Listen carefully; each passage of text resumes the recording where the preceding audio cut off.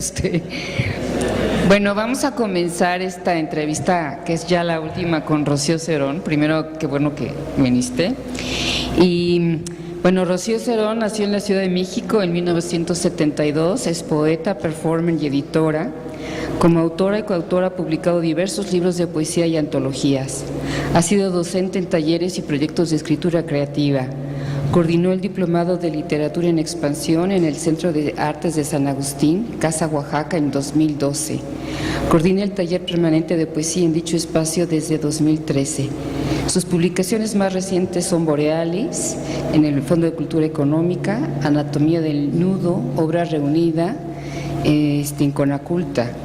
Entre las distinciones que ha recibido se encuentra el Best Translated Book Award en 2015 por el libro Diorama, en traducción de Ana Rosenbaum, el Premio Nacional de Literatura Gilberto Owen del 2000 y el Premio Sea American Travel Writer Award del 2005. Sus acciones poéticas y piezas interdisciplinarias se han presentado en espacios culturales de México y otros países como el Instituto Cervantes de Berlín, Londres y Estocolmo. Su obra suya ha sido traducida a más de 6 idiomas y acabas de irte a Alemania, ¿verdad? Bueno, yo me acuerdo de ti en una exposición y leyendo, digamos, como las entrevistas. Efectivamente tú comenzaste exponiendo, primero en el Carrillo Gil y luego haciendo algunas cosas en el X Teresa, ¿no? Entonces tu aproximación, digamos que según lo que cuentas, fue a través de esos trabajos que alguien te dijo o te hizo notar que estabas escribiendo. Ajá. ¿Nos puedes contar cómo fue eso? El micrófono creo que está aquí atrásito. Muchas gracias. Pues justamente fue así. En realidad el proceso es como muy distinto a la mayoría de la gente que quiere escribir o que intenta escribir. A mí lo que me interesaba era la historia del arte, ¿no? O sea, a mí lo que me interesaba era el arte, la imagen, la idea de lo performático, la escena. Y de hecho, antes siquiera tenía algunas cosas escritas, pero en realidad lo primero que empecé a hacer fueron exposiciones. De hecho, tuve una galería donde yo creo que ahí nos conocimos primero, ¿no? Que se llamó 70 veces 7, que era un espacio que se llamó 20-30 Espacio, que era una galería, digamos, apoyada por la Fundación Salvador Toscano. Y ahí hubo una exposición donde me atreví a hacer una instalación con imágenes y con unos textos, así como casi en lo escondido, ¿no? Y a partir de ahí, Eloy Tarcisio me invitó a participar en el Festival de Performance de X Teresa. Me invitó, yo le dije, bueno, pero pues si voy a concursar me van a mandar directamente a freír espárragos, ¿no? Porque con qué cuerpo, digamos, de curricular puedo estar ahí. Y entonces me dijo, no, te vamos a invitar, o sea, como un reto, me invitó como participante al festival. Eso fue cuando en el 1996, yo creo fue. Sí. Previo había tenido un par de exposiciones en 100 Artistas con Telsida, con Juan Rumoroso, ¿no? Había hecho también un par de piezas con Juan José Díaz Infante en el Museo Carrillo Gil, para un proyecto que hizo que se llamaba Puente Abierto. Que era con internet, ¿no? Sí, que era con imágenes y entonces ahí me di cuenta que una parte fundamental de las piezas tenía que ver con el texto. Que de alguna forma estaba articulando todo el tiempo con el texto y con la imagen y con los objetos, cosa que siempre he seguido haciendo. Y de ahí, hice esa instalación, performance en X Teresa, hice varias cosas en ¿cómo se llama este lugar? Ahorita se me fue, que era un lugar que estuvo, era un espacio alternativo que estaba en la Roma. Lo coordinaba Sariñana, Armando Sariñana. Creo que se llamaba Caja 2, un espacio underground. Caja 2, tú lo dices, Caja 2. Que sí. Digo, era muy común ver a Gurrola y a toda esta banda underground en ese momento. Y entonces esos fueron como los pininos, hasta que en algún momento, ya en el 96, así 97, alguien me dijo, oye, lo que estás escribiendo está interesante, es una cosa muy poética, ¿por qué no te lanzas a una escuela de escritura? ¿Por qué no te metes a la SOGEM? ¿Por qué no te metes a estudiar la carrera, etcétera? Porque, bueno, si quieres escribir, nadie te va a tomar en serio si sigues por este camino de las formas pías, ¿no? O sea, del performance, la instalación y las artes no objetuales. Normas Pías es el mismo nombre que le dio Maris Bustamante, ¿no? Aparte. Ajá, sí. Que Maris, me acuerdo Maris y Mónica me decía, no, tú por el performance, ve por el performance, ¿no? Y entonces de pronto yo dije, bueno, ¿qué quiero hacer de verdad? Y dije, no, yo lo que quiero voy a poner en stand-by todo esto y voy a ponerme a escribir. De hecho, ese libro es Basalto, ¿no? Ese libro es Basalto. Y con el que te dan un premio, además. Exactamente. Y además te ganas la beca de jóvenes, también, pero como escritora. Como escritora. Entonces, lo que hice fue, pues sí, así como decir, bueno, basta.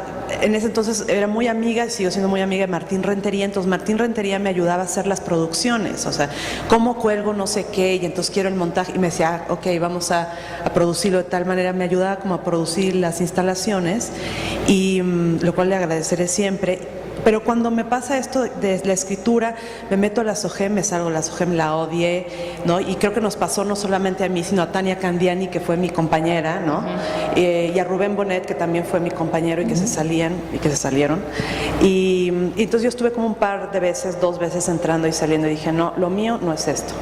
O sea, lo mío es estudiar historia del arte, lo mío es leer y hacerme en la lectura y en el ejercicio de la escritura. Y así estuve como del 96 al 2000, que es cuando mando el libro de Basalto, gano el Premio Nacional Gilberto Owen, y entonces ahí digo, bueno, pues igual a lo mejor no es un camino, dice. ¿No? Vamos a regresar tantito a X Teresa. Fíjate que yo no estuve presente en esa época porque justo ya me había cambiado con Cuernavaca y tenía a mi hijo chico, pero revisando el catálogo que sacaron, que es un catálogo de los performances que se han hecho, me encontré muchos nombres que yo conocía por arte correo y por poesía visual. Digo, creo que quizás el más importante es el de este hombre que tenemos el libro, Bartolomé, ¿no? Bartolomé, ¿qué? De texto poético. Ajá, es él, Bartolomé Fernando, que tiene esta revista, yo la conseguí en un intercambio de arte correo. Era una cajita de cartón que eran unos poemas, instrucciones muy lindos, muy lindos, que para mí, fíjate, fueron una revelación. Y justamente revisando esto me di cuenta que él había venido muchas veces a México, como otras muchas gentes que tienen esta vocación rarísima o esta cosa rara del performance que está tan ligada a la escritura, a los procesos de escritura. Qué raro, porque en México eso no se considera, pero siento que tú vienes de la escuela perfecta en este sentido, ¿no? Que te toca el mejor momento de la X Teresa, donde están estos festivales brutales con gente súper preparada. Él además es maestro de performance justamente, y es un poeta bastante reconocido y es un teórico súper lindo, ¿no? Sí, buenísimo teórico, y es una triada, porque Felipe Ehrenberg se conoce, es más, cuando Bartolomé Fernando vino hace poco, hace como un año, estuviste tú, estaba Felipe Ehrenberg, sí, porque se conocían desde hace años, y de hecho participaron en festivales juntos. Serge Pey, que es otro poeta francés, que también hace performance, Bartolomé Fernando y Felipe. Sí. Y hay otro, un japonés, que también era muy amigo de ellos, artista, performer y poeta, que es toda la generación que anduvo en los 70s y 80s haciendo miles de locuras. Justamente, es una generación interesante porque además tenían eran muy cultos, estuvieron por Europa, hicieron cosas muy interesantes. Algunos, como Bartolomé, entraron a la academia, han hecho toda una cosa increíble. Pero bueno, en tu caso, sobre todo, lo que me interesa es que, aunque no fue, digamos, propositivo, ahí en el X Teresa estaba esta escuela performática muy interesante. Ahora, creo que les voy a poner un primer poema, que creo que hay muchas diferencias. Gesto, movimiento de una mano, suspensión.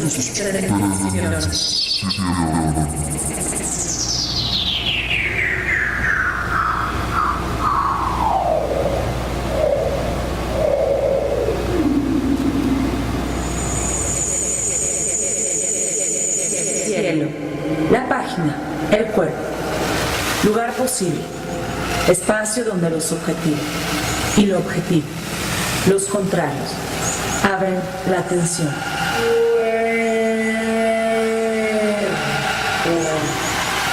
Territorio que se entrega, territorio que penetra, territorio que se entrega, territorio que se penetra, territorio que se da como espacio, territorio que se penetra, territorio que se entrega, territorio que se da, para que sea posible el viaje. Todo está concatenado. Gesto, signo, mirada, cuerpo.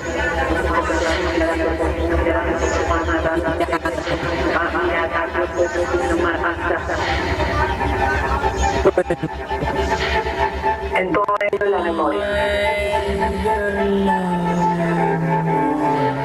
El mundo, sus sonidos, nos regresan a nosotros mismos.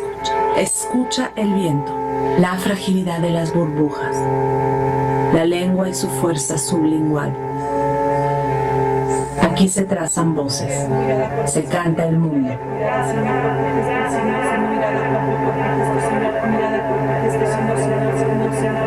Mirada, cuerpo, gesto, gesto, mirada, gesto, cuerpo, signo, mirada, cuerpo, gesto, signo, signo, mirada, gesto, mirada, gesto, mirada, cuerpo, mirada, signo, mirada, cuerpo, mirada, gesto, mirada, signo.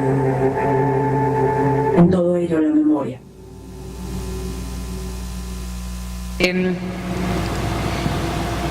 Bueno, vamos a regresar aquí.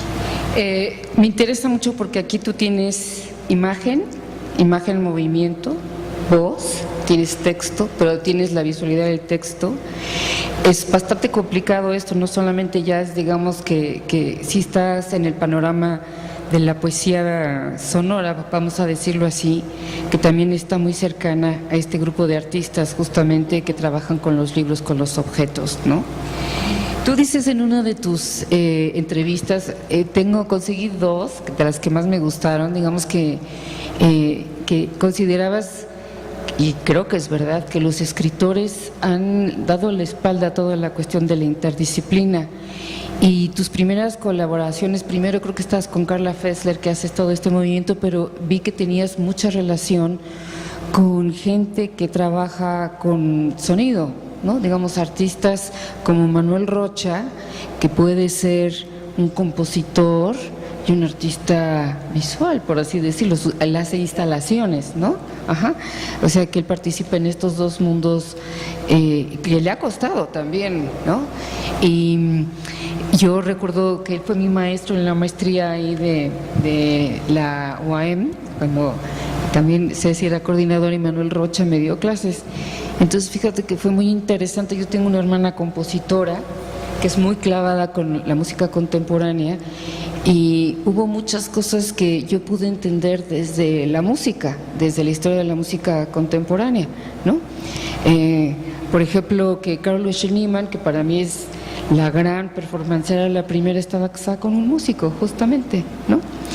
Y la entrada también del cuerpo, ¿no? Sobre todo en la obra de Berio, por ejemplo, esta cosa de la secuencia. Pero entonces es muy interesante cómo es esta historia donde el cuerpo entra como sonido, como gesto, como un poquito como lo que luego va a ser esta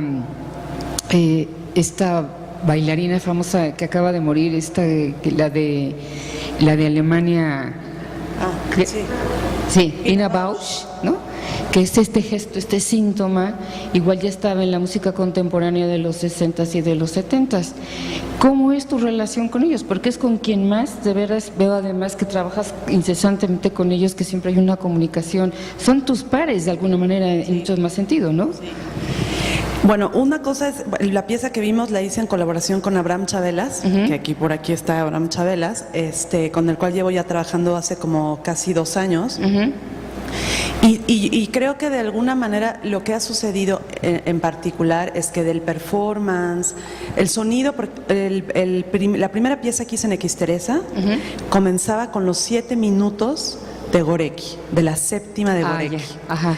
Y entonces siempre he tenido esta relación con el sonido, siempre he creído que de alguna manera el sonido, la voz, sobre todo la voz y la relación con los ruidos y con todo la estática, ¿no?, del mundo, están de alguna manera en los poemas. Aunque Basalto, cuando me preguntaban cuáles eran mis influencias, yo decía, por ejemplo, Goya, el Goya negro, ¿no? Porque venía directamente de un universo absolutamente visual. Pero si tú lo lees y lo empiezas a escuchar en voz alta, está lleno, ¿no?, de ruidos, así como de caverna. No lo había pensado, pero el perro semi-hundido, sí. Pues sí, tiene, sí, cómo no. Y entonces después de eso, cuando conocí a Manuel Rocha, Manuel había oído una pieza que había hecho yo como algunas cosas con Bishop, que es como, voy creando como familias creativas, ¿no? Con Bishop, que hicimos como varias piezas en Imperio, que fue un disco del 2009, y luego él oyó una pieza que está dentro de un disco que también coordinamos con Manuel, que se llama Sublingual, con Alejandra Hernández, y me dijo, oye, pues, estás haciendo cosas interesantes, pues sigue por ahí, ¿no? Y la imagen me interesa mucho, pero creo que cada vez más es el sonido. He ido entendiendo que lo más profundo, y que incluso, por ejemplo, pienso en tu obra, en tu pintura, en tus dibujos, hay un cromatismo sonoro. Yo lo creo también. O sea, hay una musicalidad en las imágenes, hay una musicalidad, y otra cosa es que hay que escuchar. O sea, esta capacidad de escucha que tiene el artista, no importa que no hagas música, pero en realidad estás creando como una sinfonía de líneas, de trazos, de dibujo, por lo menos en tu obra y en obras que yo conozco de artistas que admiro mucho. Entonces he trabajado con varios colaboradores en música. Uno de ellos, Enrico Chapela, que fue mi compañero de beca, que es un compositor, que todo el mundo lo alucinaba de pronto y decía, no, es que se siente muchísimo. Yo decía, es que es muy bueno. Y a mí sí se siente muchísimo y se siente verdaderamente lo máximo y se despeina. Y decía que iba a escribir el poema más importante de nuestra generación antes de cumplir 45. Ya cumplimos 45 todos, ¿verdad? Y él no escribió ese poema. Pero a mí me parecía un súper compositor. Y yo decía, ¿por qué les molesta que se sienta lo máximo si es muy bueno? Y es muy bueno, lo ha seguido siendo. Entonces, bueno, y tenía fotos de Valentina Ciniego, que también me parece una gran fotógrafa. Y entonces nuestra relación siempre fue así como de discusión, de cómo éramos como el padre, o sea, el padre, la madre y Valentina, como le dije, de hecho la foto del libro parece así que es como una familia siciliana. Y acá está sí, no, es que la foto de la solapa es muy alucinante, de la de Tiento. Sí está. He trabajado con él, he trabajado con Alejandra Hernández, con la cual hicimos también, y con Bishop, la pieza octafónica que yo desde que estaba escribiendo Diorama dije, esto es una pieza, debe ser una pieza octafónica transitable, un poema transitable que pueda ocupar el espacio, y voy a invitar a dos compositores. Entonces invité a Alejandra e invité a Bishop. Lo hicimos así y lo hicimos en el Munal en una cuadrofonía. Luego, con Abraham también hemos hecho muchísimas investigaciones sonoras, cada vez más con la voz. Y yo misma he ido tomando también, por ejemplo, tuve algunas clases de canto, que no voy a cantar, pero sí me permite tener un registro y un manejo de la voz, de ¿no? voz, sí. Y una potencia donde la voz no solamente sale de la garganta ni del inicio del estómago, sino puede salir desde la rodilla, puede salir desde el útero, puede salir desde los pies, puede salir desde las falanges, desde lo óseo. ¿Cómo es una voz ósea? Como es una voz desde lo gelatinoso, desde el cartílago, ¿no? Bueno, toda esa son experiencia, muy claro. sugerentes, Entonces, ¿no? sí, claro, de pronto una todo voz eso, ósea, se ve interesante. Fíjate que también revisando tu trabajo, pensé en una cosa que se ha dicho mucho de Illich, ya sabes, él es un autor muy comprometido con la lectura. Pero él dice que la lectura, pensando en que tú también haces libros, ¿no? Que la lectura lo que propició fue este lector neurótico, ¿no? Que la voz está dentro de su cabeza y está solo, hay una especie de aislamiento, ¿no? Que en cambio la lectura en voz alta, transitable un poco, pero él decía, digamos, que cuando se lee en voz alta se hace comunidad. Y muchas de las propuestas con gente que está, digamos, muy influenciado por él, de trabajo, siempre hay alguien que está leyendo esto así. Para alguien que tiene este inicio performático, pero que viene, o que al final sí está atravesada por la literatura, ¿cuál es la diferencia entre hacer un libro, que va a estar publicado, y además son libros visuales también, hay partituras, hay estas cosas. ¿Y cuál es la diferencia de hacer un espectáculo, no? Claro, es distinto. Esa es muy buena pregunta, porque hay gente que de pronto cuando lee el libro me dice, oye, pero es que lo que está en el libro no sucede en el espacio, o no me lo estás leyendo como está en el libro. Y yo Pues digo, no, pues no. imposible, No. De hecho, acabo de regresar de Panamá a la Feria del Libro y estaban muy alucinados porque yo agarré el libro y dije, a ver. Y entonces de pronto empecé del final al principio. Y me dijeron, es que el final, ¿cómo puede ser que el final de lo que leíste sea el principio del libro? Y yo dije, pues porque todo el libro es un universo, porque a mí me parece que cuando uno está escribiendo un libro, o por lo menos eso es lo que me gusta pensar de lo que estoy haciendo, estás haciendo un universo Pero entonces específico, es una manera contenido. radial, digamos, tu forma es radial. Exacto, mi forma es, yo primero hago como una especie de esqueleto o de estructura y después empiezo a trabajar el lenguaje de tal manera que el poema empieza a generarse ahí a través de una especie de, pues sí, como de huesos previos, de musculatura que voy haciendo el cuerpo del libro. Ahora, el libro, que eso es lo que yo creo que a mí me parece interesante, es el libro funciona como libro y tiene sus críticos como libro y qué bueno que los tenga ahí. Y está bien y funciona ahí. La cosa es que cuando tú vas a verlo en vivo, no puedes esperar a que sea una lectura de buenas noches, te voy a leer mi libro. Nomás que lo he hecho, y lo hago. Cuando me dicen, no hagas nada, no hagas juegos de voz, no vayas a perturbar a los presentes, no lo hago. Pero normalmente... Sí, bueno, porque los Sí, poetas... sí, no, es que pueden luego ponerse rudos, ¿no? hablan así, Sí. ¿no? Me dicen, no, nada más me la dejan caer así. Por favor, no traigas nada de video ni música. Y yo digo, ok. Y sí, hay casi entre paréntesis, ni performance. Entonces, yo lo que hago es que leo, pero claro, como ya también tengo un manejo de voz, ya no necesito nada más que sentarme y de pronto activar la voz, ¿no? Pero imagínate, qué aburrido tener que leer los poemas de tu libro o de un libro durante los próximos 10 o 15 años. Imagínate si lo odias, y no sé, como que para mí el hecho de leerlos, yo oía a Gonzalo Rojas como 6 veces leyendo los poemas y eran sus mismos poemas increíbles, no voy a decir que no, con los mismos chistes, con las mismas anécdotas, y yo decía, Dios mío, neta, voy a tener que pasarme algún día en la vida 10 o 15 años leyendo los mismos, me niego, no puedo. No, digo, ojalá un día alcance las alturas de Gonzalo Rojas, pero me refiero a esta cosa de...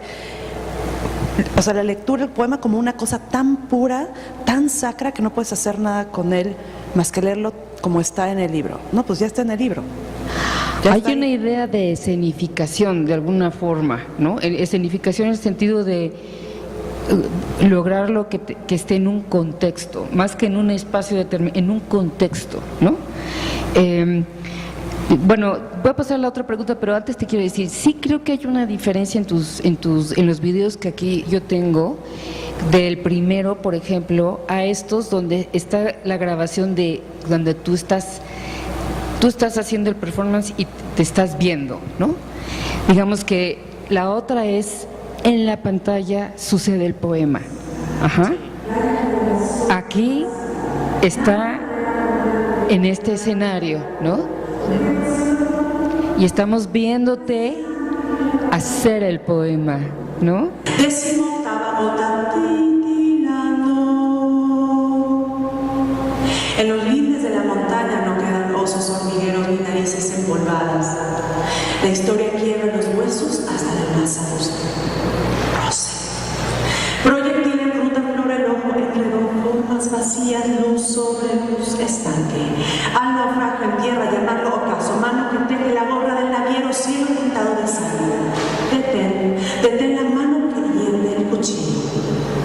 Estación galáctica al interior del reloj inglés, radiación, fondo transoceánico, pulso de pies y manos, el más agudo en cada punta del cabello. Aerostático.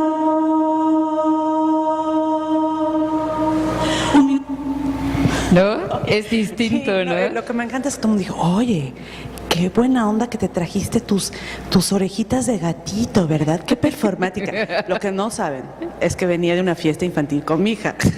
Entonces, en realidad, traía estos y Constanza me había dicho, oye, pero tú no vas a ir disfrazada. Yo dije, bueno, me pongo esto y me hice los bigotitos. ¿no? Los bigotitos de gatito y así me fui a la lectura. Pues ya tiene un significado, ¿no? Digamos, o sea, que es un poco desacralizar el espacio.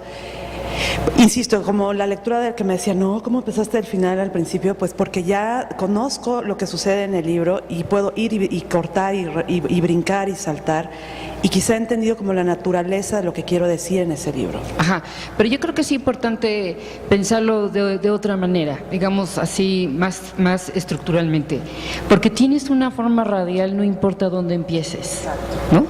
En este caso, digamos, es el círculo lo que va a completarse. La radio, tú puedes ir así y entonces lo que permite es un desplazamiento, y por eso creo que es ideal para hacer la parte performática. Si tú tuvieras una idea de línea, ¿no? Una narrativa específica donde el final cuenta, pues sí, tendrías que empezar desde el principio, o cuando menos darle este sentido para que, digamos, el tiempo tenga este sentido. Cuando tú haces, y te digo, yo creo que es interesante en esta cosa performática, cuando te vemos a ti en el performance, que de veras las orejitas sí son muy chulas porque la sombra es linda, ¿no? Y hay una cosa que te vuelve animal, en esta cosa que en la escena todo significa. En la hoja en blanco también, pero en escena esto se hace todavía más potente, ¿no? Digamos que ese tipo de productos, porque veo que tienes varios, o sea, sí hay esta inquietud, pero hace rato estaba yo leyendo una tesis sobre una chica que trabaja sobre Lorena Wolfer, y hablaba que en realidad todo lo que esto, por ejemplo, que tiene que ver con documentar el performance, es falso. El performance es y se acaba, ¿no? Exacto. Ajá. Pero también documentar es interesante, pero no es lo que es la obra, sino en realidad estamos como en otro nivel, no es la narrativa de lo que creemos que pasó, ¿no? Fíjate que ahí tendría que decir una cosa. En el fondo, si tuviéramos como una documentación de ese es Borealis, de hecho, y tiene como 4 años, ¿no? Porque es un poema que publicado desde el 2016, pero que el primer poema formó parte del proyecto Líquido Miedo de Alumnos 47, sí, y que tiene como dispositivo de escritura una serie de videos de Kenneth Anger, ¿no? De ese proyecto. Y en el fondo, yo creo que si tú las vieras, o sea, hay como una especie de aire o de universo que dices, ya sí entiendo, como que te quedas con el aura de lo que está en el libro. Si lo lees, dices, claro, es lo mismo, pero distinto, como expandido, amplificado, tentacular, de otra manera, pero todos son distintos. Ajá. Porque puedo empezar como en Borealis, de un lado a otro, o del centro hacia los lados, como una constelación, porque lo que hay ahí, ese cuerpo poético, se puede extender y movilizar, creando esta aura de lo que el libro te quiere decir. Ok, es muy lindo. Tentáculos me gusta. Sí. Tentáculos me parece que es una buena imagen, ¿no? Digamos que algo que va a un lado y puede agarrar de otro, pensando, digamos, en tus colaboraciones musicales. El otro tentáculo, la cosa de la visualidad. Aquí, digamos, hay una imagen muy potente que está atrás de ti, pero no es la imagen lo que es importante, sino tú y tu sombra en esa imagen y en esas pantallas, ¿no? O sea, creo que eso lo hace súper interesante. Pero sí creo que es también muy claro que cuando tú haces la cosa performativa, digamos, en esta poesía expandida, hay una cierta independencia de lo que es el sonido, o lo que estábamos hablando hace rato del soundtrack, ¿no? De la imagen y, digamos, y de tu comportamiento escénico, ¿no es cierto? Y que eso entonces hace que ese trabajo pueda tener esta especie como de ir y venir muy interesante, pero tienes en cada uno de estos una sensación fija. Digamos que en esto que tengo la impresión que tiene que ver con agua, ¿no? Un poco, hay algo que sí reestructura, digamos, sí hay, aparte en este de ir y venir, una forma que ata y cambia esa forma, es una forma repetitiva.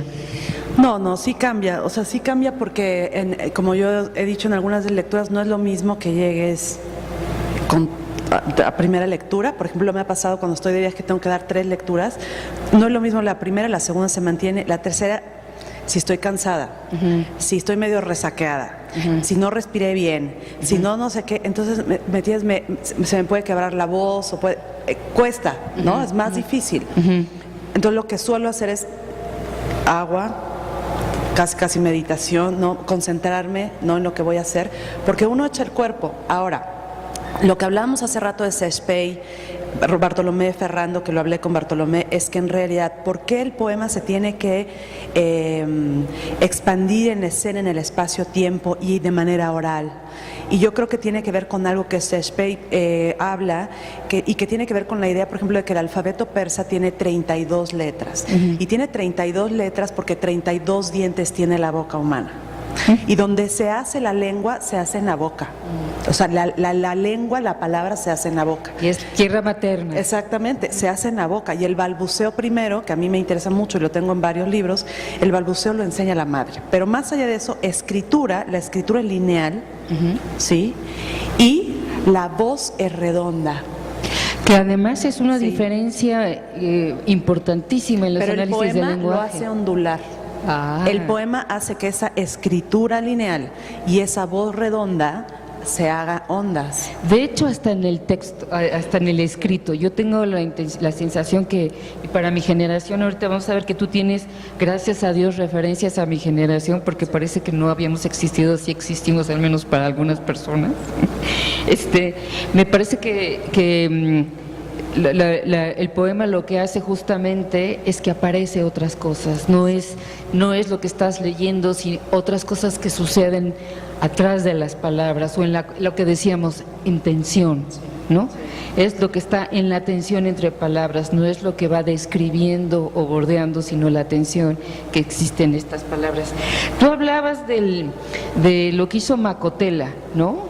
Este evento precioso que Babel, ¿no?, que hizo, creo que en el 2000, o en 90 y todavía. 90 y algo. En 99, yo creo que 98, 99, puede ser 99 que hizo Babel Macotela, que fue una pieza interdisciplinar. Y de hecho, ahorita que estaba diciendo que conozco a tu generación, yo conozco perfectamente bien, porque cuando yo tenía 17 años o 18 y quería estar en el mundo del arte y quería ser galerista, y mi máximo era y lo conocí a Leo Castelli en Nueva York, cuando vivía en Nueva York. Mi mundo era el arte. O sea, yo quería trabajar con los artistas. O sea, Gabriela Gutiérrez la conozco de entonces, Humberto del Olmo, o sea, la gente de Zona, no de la panadería no existía todavía, estaban todavía en Zona. Y yo estaba ya ahí así, ¿no? Y yo, Entonces, claro, cuando yo vi Babel, dije, esta es la onda, es poesía, es música, es una instalación, está en un teatro, o sea, hay toda una cosa sobre el espacio, la arquitectura, está increíble. Babel fue esta puesta en escena, bueno, este trabajo interdisciplinario que hizo Gabriel Macotela en un cine abandonado, el Cine Ideal, que de veras era un cine gigantesco, hizo una maqueta gigantesca, y había música, pero también había luces, creo que cantaba hasta Betsy también, ¿no? Claro. Música, por eso música, había canto, los textos eran David Era Huerta. una cosa muy habitable, pues, ¿no? Uno estaba como de público, pero tenía más que una instalación, era como una ambientación. Videos de Walter Duener. Exacto, y entonces, y fue un evento que tuvo 3 o 4 presentaciones. Fue interesante, sobre todo en ese momento de Gabriel, porque era toda su idea sobre la ciudad, una ciudad medio en ruinas, pero la cosa del color también era interesante. Y esto que se perdió después, que parecería, digamos, que no sucedió, que de esta generación de poetas que estaba tan cercano a la pintura, a la parte experimental, de pronto optaron por esta cosa mucho más, no voy a decir clásica, pero más cerrada, ¿no? Yo me acuerdo de muchos escritores que siempre dicen, es que esto de las nuevas escrituras tiene que ser sujeto, verbo y complemento. Y siempre decía, ¿y por qué? Digo, ¿cuál es la necesidad? Hay muchos escritores que han demostrado que justamente poder hasta el espacio vacío tiene muchísima importancia, ¿no? De eso tú hablas mucho también, ¿no? De hecho, parece que todo tu primer trabajo con Carla Fessler, que se llama Motín Poeta, tenía que ver con esto. ¿Cuál era la reacción de los poetas cuando...?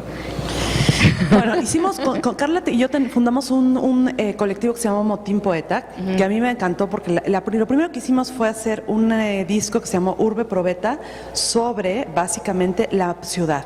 ¿Cómo conociste a Carla? Carla y yo nos conocimos antes siquiera. Es más, yo conocí primero a Juliana Fessler.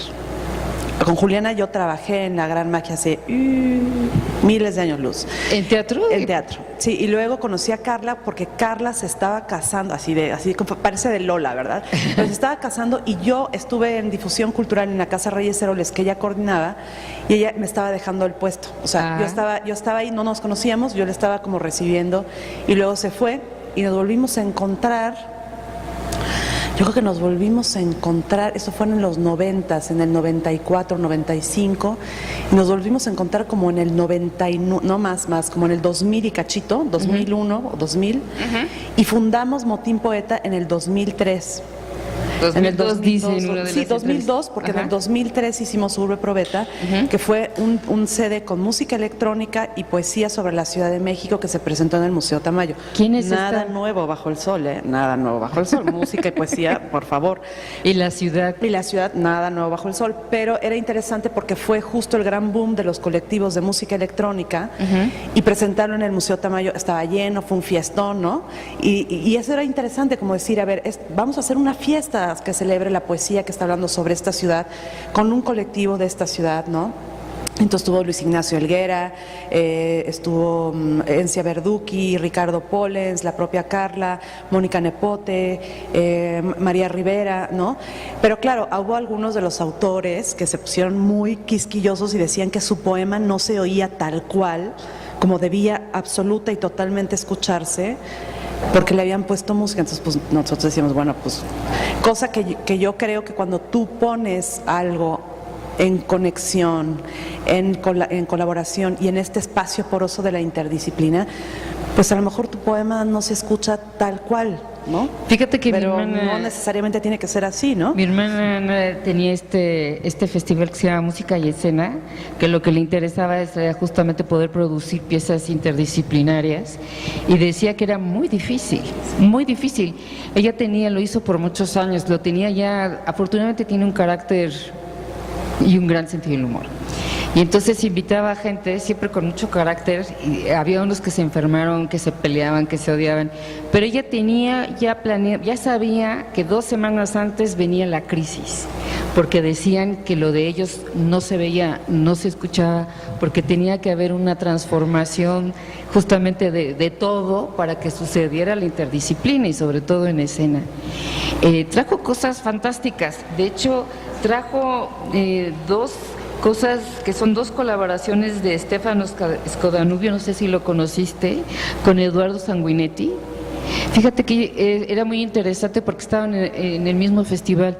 Sanguinetti es este poeta maravilloso italiano que también tiene mucha cosa de gráfica, y Stefano era este gran contrabajista que además es un gran músico. Hicieron un programa para radio, en realidad era un diálogo entre el instrumento y la poesía. Yo lo vi, pero luego compré el CD, era mejor el CD porque te molestaba la cosa visual, pero por otro lado hizo luego con una compañía de títeres chiquititos, su testamento, Sanguinetti, y entonces era Sanguinetti chiquito contando qué era lo que quería que pasara cuando se iba a morir. En fin, una cosa increíble de un poeta además viejísimo. Digo, ya no lo vería tan viejo porque debe haber tenido 76 años, ahora que tengo 60 no me parece tan viejo, pero en ese entonces nos parecía, ya sabes, así, pero que tenía este humor, y claro, el texto cambiaba totalmente en las 2 versiones, ¿no? Y no había problema. No había problema, al revés, sobre todo en esta cosa de colaborar con músicos para hacer una tercera, o sea, no es ni una ni la otra, es justamente en tensión, volvemos a lo mismo. Fíjate, ¿no? que hay uno de los grandes artistas, intérpretes que permite eso, con mucho sentido del humor, y creo que su parte inglesa es la que ahí le sale, es Natalia Pérez Turner. Natalia Pérez Turner ha trabajado con Guillermo Gómez Peña, conmigo y con 20,000 personas que les interesa trabajar. Ella misma ha hecho sus piezas y Natalia y yo trabajamos primero porque la pieza que hizo Enrico Chapela, las 2 piezas que hizo para Tiento, él quería hacerlas en guitarra, porque él aprendió tocando y haciendo música, tocando la guitarra, y yo le dije, no, yo quiero cello, porque es lo más cercano a la voz. Y este libro tiene una tesitura de cello. Entonces lo hizo y Natalia, alguien me la recomendó y ella tocaba solamente la partitura, ¿no? Nada más. Hasta que un día le dije a Natalia, deschavetémonos, a ver qué pasa. Y entonces en lugar de tocar la partitura de Enrico, empezamos a trabajar en un diálogo donde empezamos a conversar. Fue tan exitosa la conversación que nos llevaron a París al Pompidou justo con Serge Pey, éramos las únicas mexicanas, y de hecho había todos los franceses que trabajan con guturalidad, con voz, etcétera, y al final éramos ella y yo dije, pues yo no hablo francés. Así que, con la pena leeré en español. Había como una pieza que había hecho Bishop, como una especie de susurro en francés durante toda la pieza, Natalia tocando el cello, yo leyendo en español, y un video increíble que hizo Nómada, un video divino, ¿no? Con mujeres corriendo, porque tenía que ver con las mujeres, una pieza increíble, que está colgado en la red, y que de hecho tuve la fortuna, porque eso es una fortuna, que lo videara se llama Alejandro, ahora me acuerdo, Alex Rodríguez, que Alex Rodríguez nada más y nada menos es el editor de Children of Men, que trabajó con Cuarón todas las películas. Entonces cuando él fue a filmar, era amigo evidentemente de alguien muy cercano, dígase mi ex marido, entonces tenía fuerzas que ir, entonces fue y lo grabó, hizo una edición y es increíble la cámara y la grabación. ¿Ves lo que es un te lujo? Digo? O sea que te digo que ahí sí la cámara de ver el performance, no es el performance, sino es la cámara que se vuelve otra cosa. Exacto, sí, porque exacto. Es la documentación que no del es el que performance, es ya, es otro nivel, es hacia atrás, pero que también tiene muchísimo encanto, ¿no? Sí. Y después de eso, después de tener esto, en algún momento trabajando con Abraham, le dije, a ver, ya, se acabó esto del espacio ritual, está increíble, pero quiero hacer solamente una lectura para una persona. Ah, ya, qué bonito. Y entonces hicimos una exposición en Bikini Wax, donde estaba Amanda de la Garza, estaba otra chica, Cintia García Leiva y yo. Cada quien hizo como una pieza que tenía que ver como el poema, qué es el poema. Y entonces yo dije, bueno, yo quiero hacer una acción con Abraham. Hicimos una serie de piezas sonoras, pero lo que hice fue una performance, una acción donde solamente se la hice. Y también hubo así como toda una cosa con tocarle, hacerle, o sea, todo el performance para una sola persona. Qué lindo, qué lindo.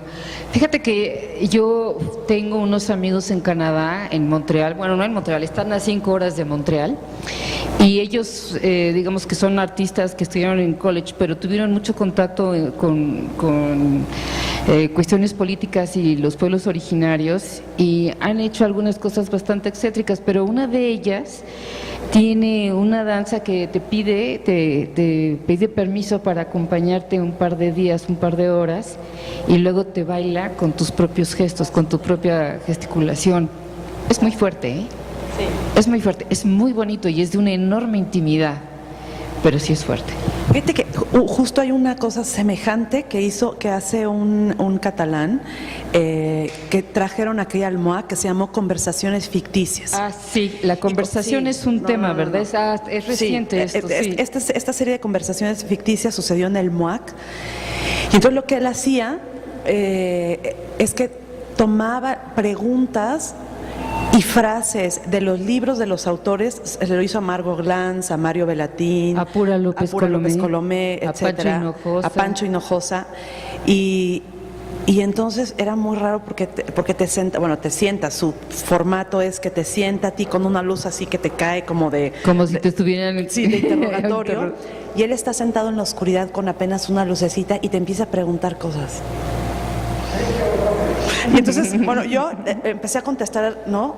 Pero nunca había trabajado. Después la segunda poeta fue Pura, pero la primera poeta con la que trabajé fui yo. Entonces me empezó a decir unas cosas que dije, ok, bueno, me temblaba aquí, la rodilla, nunca había puesto tan nerviosa, y de pronto dejé de yo contestarle y alguien más le contestó. O sea, como las voces del libro, pues como un libro tiene voces, pues empezó a contestar las voces pues del libro. Wow. Sí, y entonces él me dijo al final, me dijo, oye, sí estuvo muy intenso, me dijo, en un momento te vi y te desconocí. Y yo dije, es que no me preguntabas a mí. Ya estaba yo en el personaje o las voces de todos los libros. Ajá. Y yo también sentía así como que ya no te contestaba, estaba tan en ti que ya simplemente dejaba que las voces, esas voces que de pronto uno dice, ay, es que me llegó el duende y no sé qué. Yo digo que no es que sea el duende, es que son las voces que escuchas en el mundo y que de pronto se te meten y que las pasas, ¿no? Yo tengo una experiencia muy fuerte con esas voces. Afortunadamente comparto esta experiencia con mi hermana Ana, pero ya sabes, cuando descubrimos lo que era el síndrome de Tourette, estábamos seguras que lo teníamos, ¿no? Porque de pronto estás hablando y aparece una voz que dices tú, Dios mío, ¿qué está diciendo esta voz? ¿No? Y no tiene que ver con nada. Y en Tourette dicen, no es nada, es una voz que sale, no significa nada, no es un trauma, nada, es otra voz que sale, ¿no? Pero es que lo que ahí es donde viene, creo que quizá o sea, creo que uno, por ejemplo, Diorama, que es un libro que está traducido ya en varios idiomas y que fue el que fui a presentar a Alemania, en realidad es un libro esponja.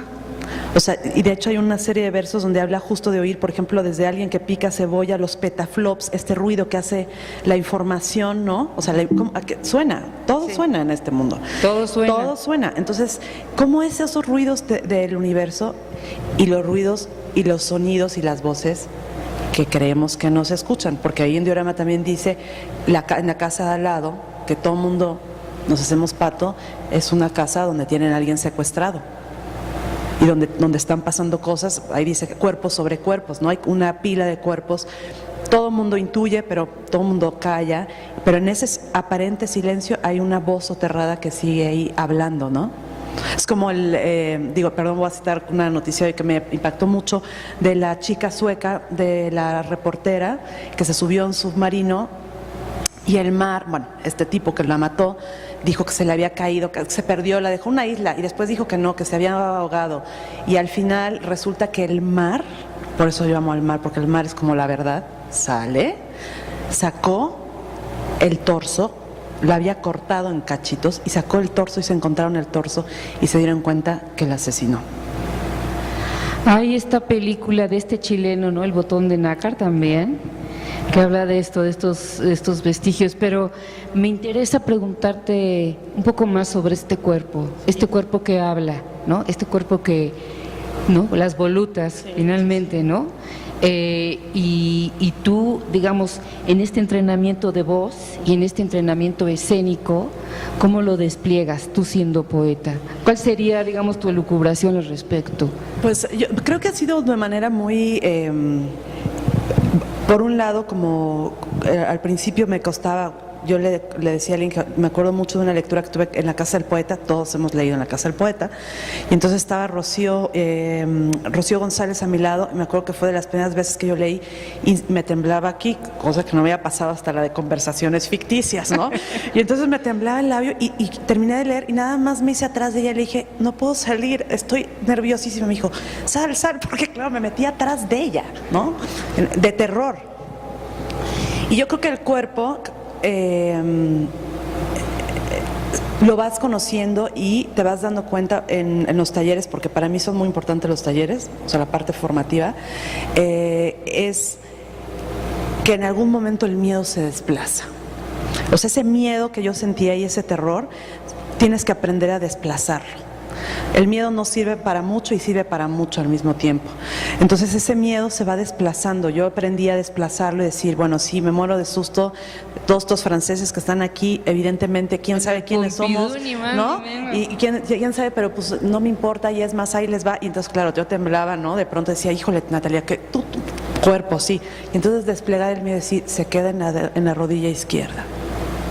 Y ahí va a evitar y dentellear y hacer lo que tenga en la rodilla izquierda, derecha, ahí. Luego se desplaza y luego se vuelve una fuerza ¿no? Una fuerza que sale del pecho, que se vuelve voz, o que, ¿no? ¿Qué es lo que decía? O sea, la voz sale de muchos lados y dependiendo del libro porque he leído también de otras personas y esa voz se convierte también en la voz del otro. A mí me gusta mucho leer poemas de otras personas. A mí me gusta la idea de la voz voz del otro también, me gusta porque mucho. les das voz y porque les haces que resuene esa musicalidad y porque también creo que el poema tiene cavidades óseas, tiene coloratura, o sea, tiene una parte de cromatismo, tiene arquitectura. El poema solito ahí ya nada más así impreso. Si a eso le puedes poner, activarlo, ¿no? Porque más que una escenificación es activarlo y poner el poema en una puesta en cuerpo. O sea, en realidad se pone... No en escena. No en una escena, es una puesta en cuerpo del poema, ¿no? Y te quemas, te ardes. O sea, yo he estado en lecturas que ardo, literalmente ardo, o de pronto Abraham en Colima una vez me dijo, oye, esas voces que se oían ahí raras, ¿eran tuyas? Y le dije, sí, pensé que eran tuyas. Y me dijo, no, eran tuyas. No te reconoces, ¿eh? ¿No? Bueno, pienso en Raúl Zurita, ¿no? También otros, sí. Que dicen, yo no lo he escuchado, bueno, que es un gran poeta, un gran artista visual, pero dicen, ahora que vino para en Poesía en Voz Alta, que bueno, que en escena es extraordinario, ¿no? ¿Tú lo has visto? Yo lo he visto varias veces y yo creo que es como, o sea, esta cosa que ardes, yo creo que Zurita también arde, es magma, ¿no? Es como un magma donde el poema, sí, se hace otra cosa, se vuelve magma, se vuelve energía. Pero no es esta impostación, porque hay muchos No. poetas y en México es muy común que engolan un poco la voz así de, no sé, para mi mamá, o le decir, querida madre. ¿No? ¿Un poquito? ¿No? No, sí hay muchos, pero no mi caso. ¿No? Pero también hay algo cuando me dicen, oye, ¿tú te consideras que eres una...? Yo digo, a ver, yo soy bien voraz. Cuando vi la película Voraz, de hecho, también dije, te entiendo, somos del mismo equipo. No, sí, somos del mismo equipo. ¿No? Y cuando vi al papá al final, que es increíble, dije, no, sí, también te entiendo. ¿No? O sea, de verdad, es increíble, pero claro, el artista es profundamente voraz. Lo que pasa es que no lo dice. Lo que pasa es que el poeta o el artista no hay que decirlo, no, o sea, sí, hay una voracidad y hay una cosa de voracidad del mundo, o sea, quieres comerte el mundo, y hay una cosa también en la representación o en la escenificación o en la puesta en cuerpo donde yo me entrego cabal y absolutamente a los otros, pero también estoy recibiendo la energía de los otros. Es raro, pero es verdad, o sea, no hay ritual que no tenga ese hay dar y recibir. Sí, esa cosa de arder, pero sobre todo, bueno, hay un verso que dice, ardamos juntos. Y de hecho así terminó, ya me acordé, Conversaciones ficticias, terminó así de, se desploma el piso, vamos a caer todos, ardamos juntos hasta desaparecer ahí. Y ahí se acabó. Wow. Nosotros coincidimos varias veces en casa. De hecho, por eso nos empezamos a hacer amigas, porque estábamos dando talleres, ella de poesía, yo de gráfica, y al final los trabajos eran muy parecidos de nuestros alumnos, ¿no? Entonces, de hecho, intercambiamos el famoso PowerPoint porque creemos que esta historia de visualidad, de texto e imagen, puede contarse desde las artes visuales y desde la literatura, ¿no? Y yo agregaría, y desde la música contemporánea, ¿no? Creo que, bueno, y diría también el cine experimental, pero creo que la música contemporánea fue la primera de las artes que se adelantó en incluir al cuerpo de esta manera tan particular, ¿no? ¿Cuál ha sido tu experiencia en estos talleres? Porque das muchísimos talleres, ¿no? También haces otro tipo de festivales, que solo ahorita te voy a preguntar, pero eres una maestra súper dedicada, ¿no? Porque tienes todavía el taller de poesía. Tengo el taller se ha ido transformando también como a un laboratorio, ¿no? Un laboratorio donde estamos investigando, y así como investigan, también voy investigando yo. Hicimos con José Manuel Springer un poco para decir, a ver, método, ¿no? Él es así como mucho más así de rigor, método. Dije, ok, todo lo que estamos haciendo hay que hacerlo una metodología. Entonces hicimos un libro que se llama Clínicas de Imaginación Poética, Manual de Educación Interdisciplinar. Tiene 5 clínicas que tienen que ver obviamente con los 5 sentidos, y creo que es un trabajo que está muy bueno, que debería crecer. El libro ya está publicado, tuvo la beca del PADI y está publicado, pero cada taller, y creo que lo pueden decir quizás la gente que ha estado en los talleres, es como muy particular, porque sí hago así como te digo, de las voces sí me clavo así de, ¿no? Y leo el gesto, todo. El gesto, el zapato, no se sientan observados, no, sí, hago todo un análisis y entonces digo, claro, y veo cómo orgánicamente empieza a fluir, ¿no? Y cómo estamos armando el grupo, y entonces todas las dinámicas, aunque tienen los mismos principios, son distintas. Yo también cuando doy clases tengo que tener una parte no resuelta, porque para que el grupo la haga, porque si lo hago se vuelve muy duro. Sí. Pero, digamos, en ese manual, hablando de los sentidos, ¿por cuál le comienzan? Por el lenguaje. Yo creo que por el lenguaje y el cuerpo. Primero como lenguaje-cuerpo. Hacer este vínculo, sí, lenguaje-cuerpo, y de ahí lenguaje-cuerpo, signo, materia, objeto, memoria. Como decía, justo yo creo que lo que empezamos con él es como un manifiesto. Para mí la memoria es primordial. O sea, todo el tiempo estoy trabajando con la memoria. Y de alguna forma sale, ¿no? Es como ciertas imágenes que están en los libros, por ejemplo, el Padre Muerto, es algo que, aunque digo, ya nunca más voy a utilizarlo porque ya se acabó, adiós, ya lo superé, no sé qué, vuelve a aparecer, ¿no? De muchas formas. Entonces son como anécdotas o como ciertas cosas que se van ahí como pues creando, son temas que están, sí, que te construyen, ¿no? Y que además no es tu persona, sino es tu voz, vamos a decirlo así, ¿no?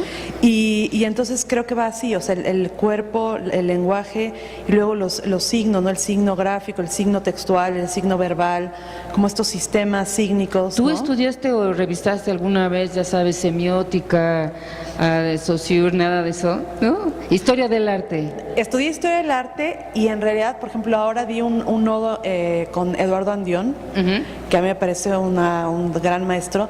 Y yo decía, no, Andión, eres lo máximo, o sea, sí, de verdad. Porque toda esa parte como de referencias, digamos, mucho más académicas, ¿no? Sí. Yo las intuía. Y decía, pero por aquí, mira, este artista investiga, no sé qué. Me decía, sí, pero, perdón, Levi-Strauss, ¿no? En tal libro, en tal página, casi. Yo dije, no, pues no, yo no puedo así citar en tal página. Y sí he leído mucho, pero por ejemplo, autores como Ferrando, sí. Leo mucho ensayo de arte, porque me interesa, ensayo de poesía, como poéticas, pero así como semiótica y semiología. No, yo tampoco, yo lo he leído, pero siempre dudo que entiendo. Además, yo siempre creo que hay algo de sentido común que hay que conservar, sinceramente. No, pero por ejemplo, ahorita estoy en toda una obsesión con la idea de las auroras, ¿no? Entonces, pues obviamente estoy clavada entre Benjamin, Nietzsche, ¿no? Y entonces digo, pero claro, pero el artista tal. Y algo importante, que me he dado cuenta que los artistas más interesantes hoy en día tienen 80 o 90 años, para mí. ¿Qué artistas? Jonas Mekas, Pistoletto, sí. O sea, perdón, sí. Pistoletto. Jonas Mekas es extraordinario. O Pistoletto. Sí, también. O sea, Pistoletto es una maravilla, ¿no? De la instalación que puso en la Bienal de Venecia es increíble, la ciudad de las artes que tiene en Italia, lo que dice, su pieza de Third Paradise que tiene como 5 o 6 años. Sí, es muy increíble. Y entonces me parece que por ahí, ¿no? O los artistas que están manejando esta cosa como la arquitectura, pero entonces el espacio, la luz, el sonido. Y entonces yo digo, bueno, todas estas estrategias, ¿cómo uno puede apropiarse? La apropiación me interesa. ¿Cómo puedes apropiarte de ellas en el poema? O sea, ¿cómo el poema puede hacer esa grisura o esos cambios de luz de lo absolutamente, digamos, apolíneo, de una luz apolínea a una cosa absolutamente grisácea, mortecina, en un solo poema? Eso me interesa. Ya. Vamos a ver otro de tus poemas, a ver para qué, porque luego yo digo que siempre hay que dar muestras objetivas del trabajo. Ah, perfecto, es la del Pompidou.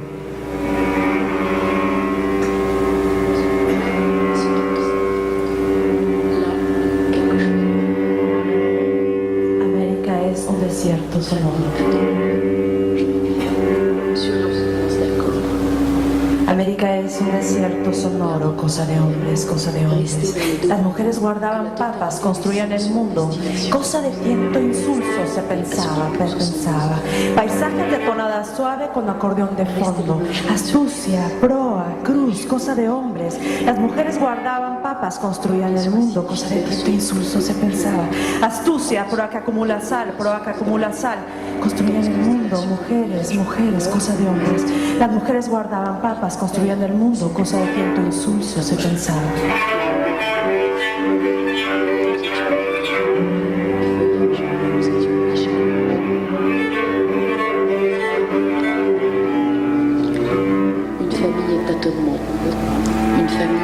Callaron las aves a su paso, remo, en el fondo los peces intuían, pero ellas son salvas.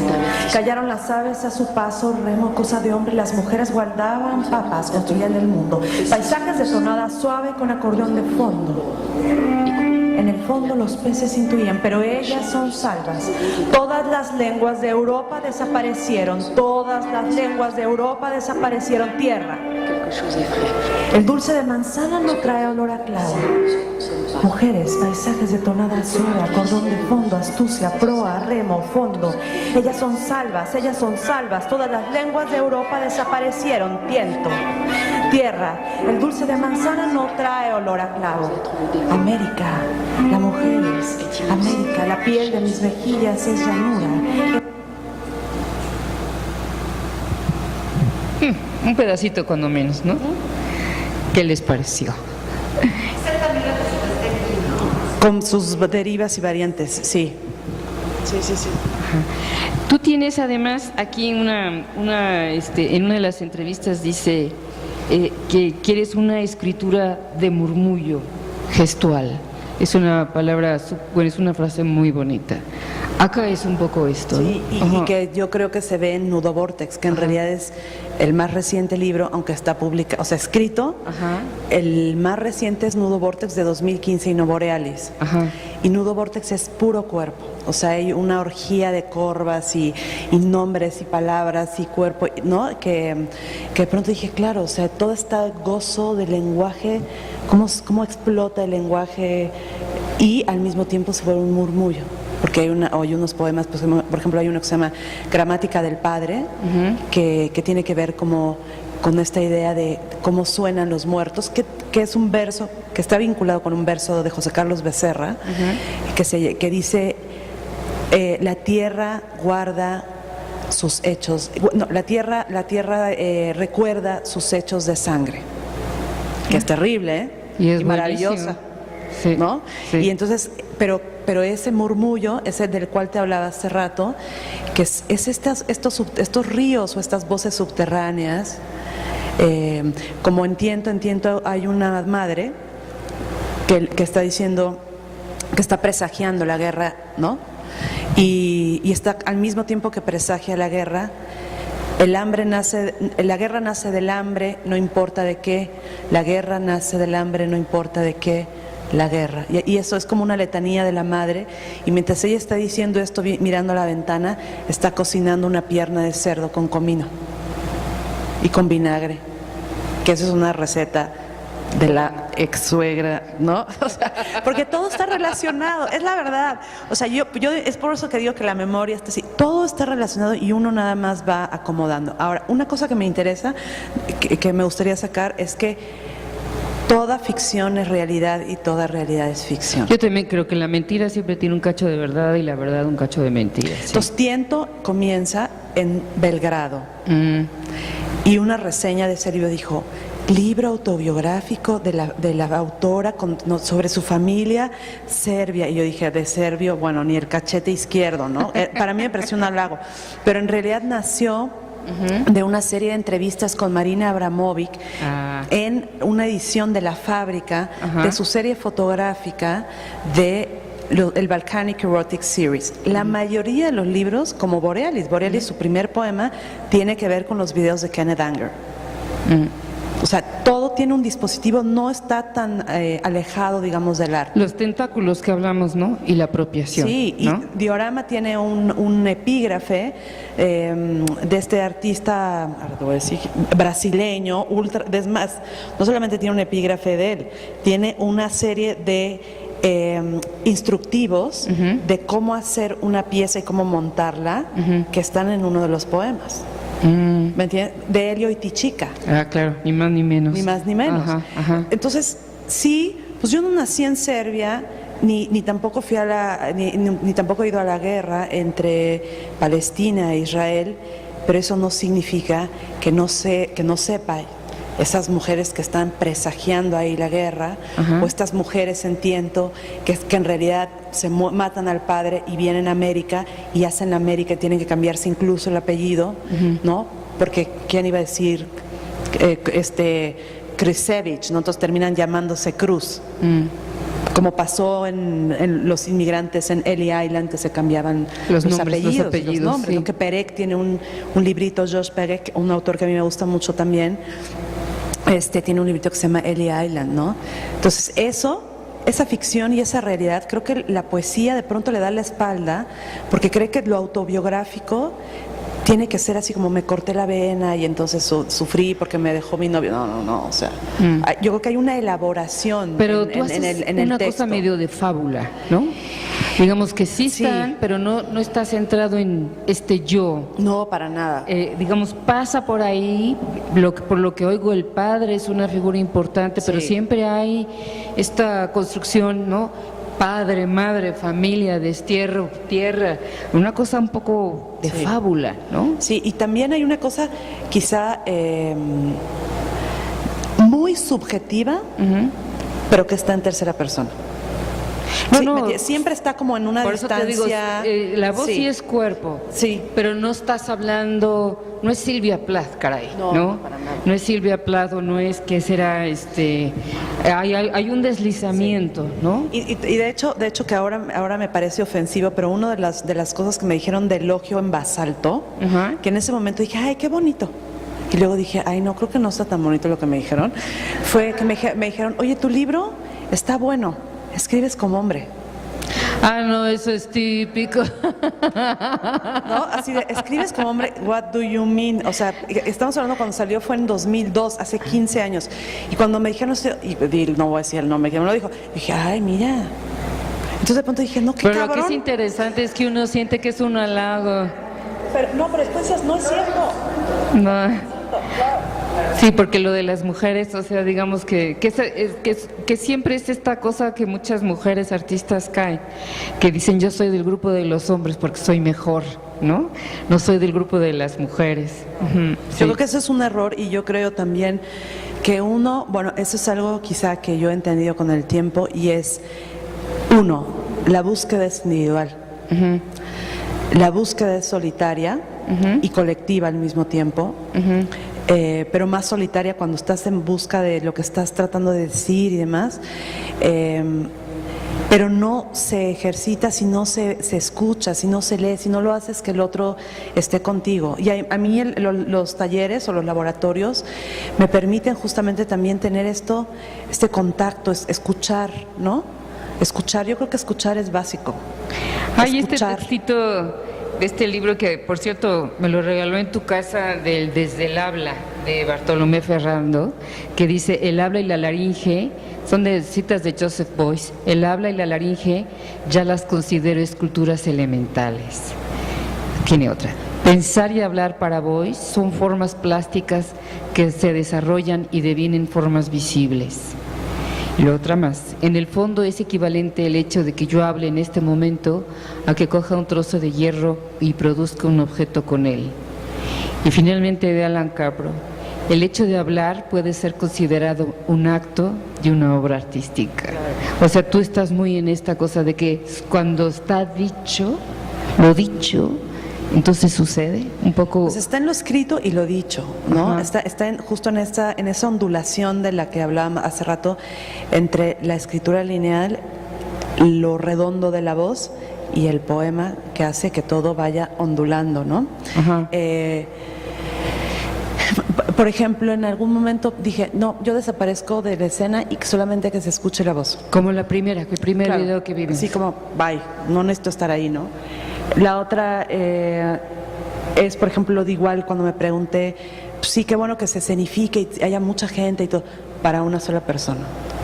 La pieza, todo, incluso la pieza física, porque se llevó una pieza, todo el llanto, el golpe, o sea, todo lo que pasó Pero ahí, tú que hay un solo video, en medio de eso. uno.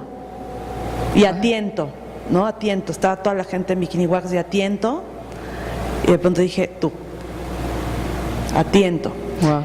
Y así, y también la documentación, los videos que hay de la documentación, porque se liberó hasta que ella quiso liberarlo, o sea, ella podría haber puesto en 20 años y se hubiera liberado el video documental en 20 años. La fecha que ella puso, porque hizo un contrato, ¿no? De que todo lo que le pasara ahí, ella estaba abierta a que le pasara lo que le tenía que pasar.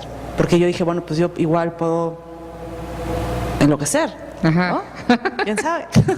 Entonces sí, pues sí, eso puso un poco violento y de pronto no, y de pronto hubo como una cosa súper íntima con ella, ¿no? Entonces Ya. dijo sí, y entonces ella firma y ella decidió cuando quería liberar la documentación que estaba videada, ¿no?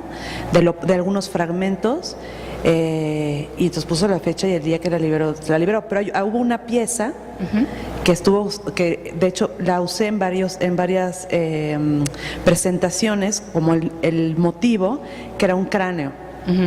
¿No? Mi abuelo fue neurólogo y fue de los primeros que hizo, que trajo el electrocefalograma, ¿no? De hecho le hizo el electro al asesino de Trotsky, ¿no? Para saber que hablaba ruso, porque le pasaron la sentencia de muerte en ruso y se dio cuenta. Esa historia es fascinante. Se dio cuenta por el electro, ¿no? Por el cambio en el ritmo. Como detector de mentiras. Como claro. detector de mentiras. Y entonces, esa pieza, que había todo un proceso con ese cráneo, ¿no? Esa pieza se la quedó ella. Luego lo usé. Esas piezas que también se las llevaron, creo que tú tienes una, ¿no, Fernando? De hecho, me invitó Abel Matus al Bosque Sonoro en el Museo de Arte Moderno, Sí. que hice un poema que se llamó Medium. Todo el mundo decía, ay, ya se puso esotérica la Cerón. No, tiene que ver con la idea de este músico y teórico que habla de que en realidad el escucha es un medium. O sea, el que escucha es un medium porque está conectado con muchos niveles de escucha. Entonces te vuelves un medium porque si eres obviamente un escucha activo, tienes todo este campo, estas capas sonoras y que después se vuelven una pieza. Ya sabes que la definición de Freud de la escucha es importante, ¿no? Que dice que tiene que ser un escucha neutro para que el sentido venga. No darle tú el sentido, ¿no? Es un poquito esta escucha que estás diciendo, esta especie de ponerte en un lugar, vamos a decirlo, hueco, ¿no? Para que, poroso, es mejor tu palabra. Sí. Que uno es una esponja, ¿no? Es una esponja y permite que se te permee. Igual en los talleres, o sea, yo veo y he tenido catarsis, he tenido cosas súper potentes y yo solamente dejo que permee, o sea, permea lo que sucede. ¿Y no te ha tocado nunca coincidir en casa con Gómez Peña? Porque el método de Gómez Peña también es interesante. Fíjate que no me ha tocado estar en un taller con Gómez Peña, pero sí en una noche donde todos hicimos un performance, porque Gómez Peña dijo, vengan con su poema porque vamos a hacer aquí performance todos. Y entonces estaba César Martínez, estaba el Reinito, ¿no? Estaba Gómez Peña, parte de la trupe ¿no? Y estaba yo, y entonces todos dijimos, pues hay que aquí estaba Josué Ramírez también, wow. intensa, y entonces pues sí había que echarle con el máster, ¿no? Con Gómez Peña, y dije, ok, bueno, vamos a echarle el cuerpo. Estuvo bueno, fue muy divertido. Me tocó verlo porque él es cálido y entonces empieza a tener una cosa de confianza, entonces empieza haciendo pequeñas escenas, pero luego los otros pueden intervenir desde desabrochar la blusa o meter la mano, pero se hace en total silencio y lo que es muy lindo es que la gente se siente cada vez menos vulnerable, en posiciones más vulnerables. Es muy interesante, muy fuerte, ¿eh? Digo, para una tímida como yo, ni loca, pero verlo, presentarlo, estar ahí, es muy conmovedor, es muy cálido, ¿no? Y por eso sus laboratorios son fantásticos, son fantásticos. Y no, o sea, tienen esta cosa del desnudo. Fíjate que es importante quién te da un taller, porque de alguna manera tienen sus particulares obsesiones. Maritea Dailing, que tú la conociste, Maritea, a lo Sí, mejor. Bueno, sí. Maritea básicamente pues hacía teatro y performance.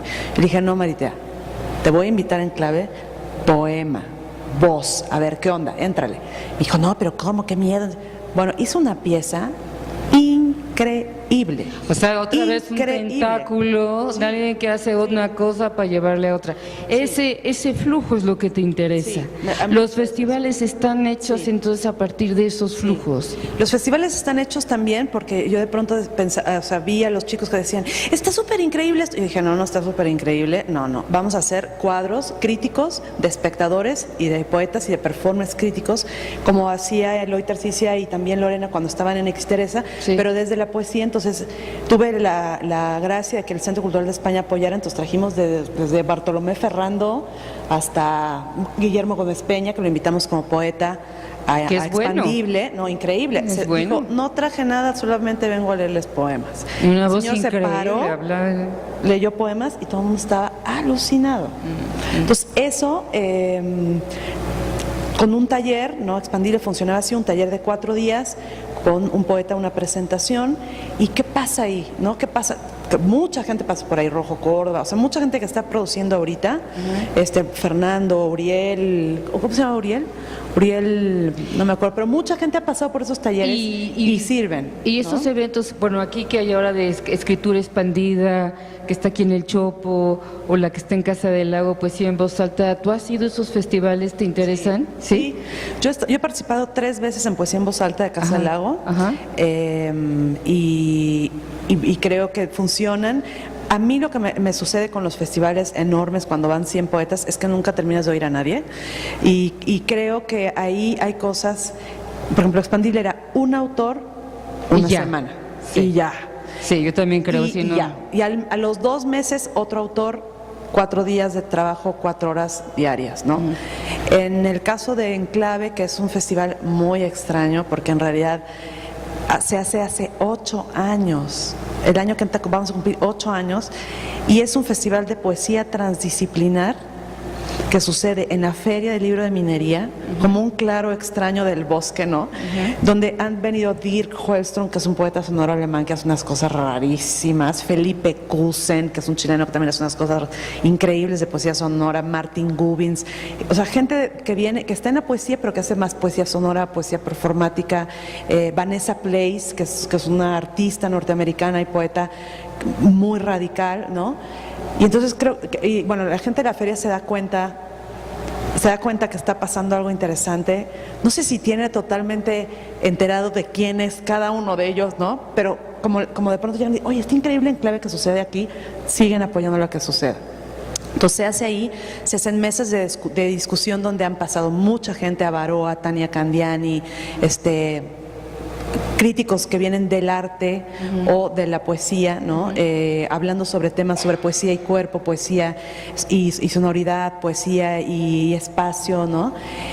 Y ahí son solamente 8 poetas, 3 días. Está muy lindo. Y tienes Nada más. tienes un impreso nada más, como el programa Sí, nada más, ¿no? hay un programa, las mesas de discusión, las presentaciones en la Feria de Minería y una gran presentación con todos los poetas reunidos en el Centro Cultural de España. Ese es el formato. Y que hemos luego seguido. ahí es donde las conversaciones deben estar buenísimas. Buenísimas. Y vamos a Buenísimas. dar ahorita paso entonces a las preguntas o a los comentarios. Y luego tú querías hacer un performance, ¿no? Yo quería ir al baño. Yo quería ir al baño. Primero tomé todo el agua, ¿verdad? Entonces, bueno, ¿tienen alguna No, pregunta? a ver, sí, no, de verdad es cierto, ¿eh? O sea, sí me estoy haciendo. Ah, bueno, veo al baño. Sí, puedes poner si quieres un videito, 3 Sí. segundos, denme chance de ir al baño, porque si no, el performance va a ser que sí me voy a hacer del baño, de verdad.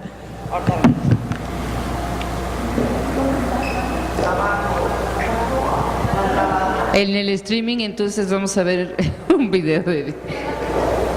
Fisura. Raya negra sobre opaca. Nadie vuela contra contracorriente, nadie vuela hoy.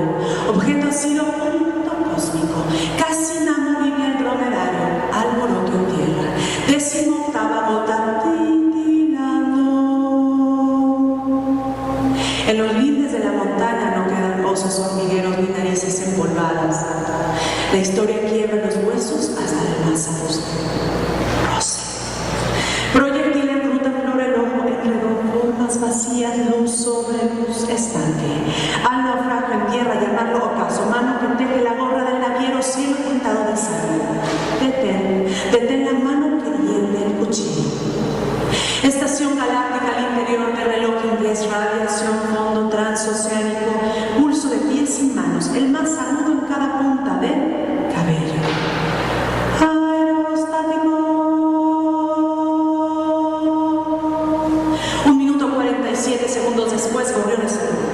Viejas tiras de algodón pintado en negro sobre copas de plumeria alba, aletero. Pequeñas constelaciones de veredas celestes. Inmersión en nube repentina. Hombre lengua, con murmullo de cruces suásticas al fondo. Premier de una película de moda con 14 muertos y 36 heridos. Lluvia. Voces giratorias bajo veneno. Defensa aérea en pantalla mental. Antes y hoy, sin guía. En los campos se alzan cuerpos. Calcinados restos sobre ruinas. No importa cuántas aves de rapiña frecuenten la custodia, el agua. Capilar. El terror rebalsa capilarmente. Capilar. El terror rebalsa capilarmente.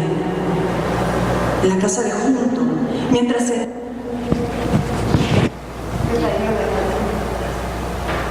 Ya, ahí sé que es que son difíciles de conseguir los videitos, pero este creo que no lo hemos visto. Es el de Francia, ¿verdad? Sí. Pues ya, otra vez el primero, que es muy bonito.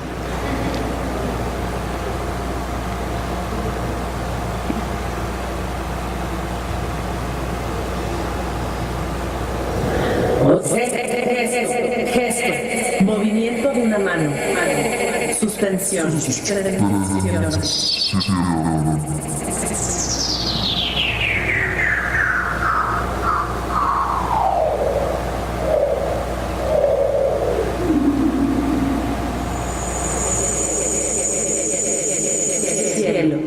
la página, el cuerpo, lugar posible, espacio donde los objetivos y lo objetivo, los contrarios, abren la atención.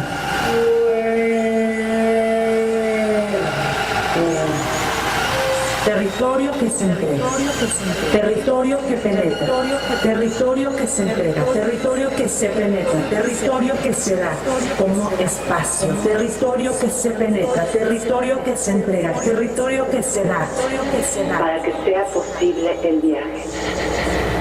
Todo está concatenado. Gesto, signo, mirada, cuerpo. Bueno, aquí está el artista para las preguntas. ¿Alguna pregunta? Hace frío, ¿verdad? Está un poquito frío.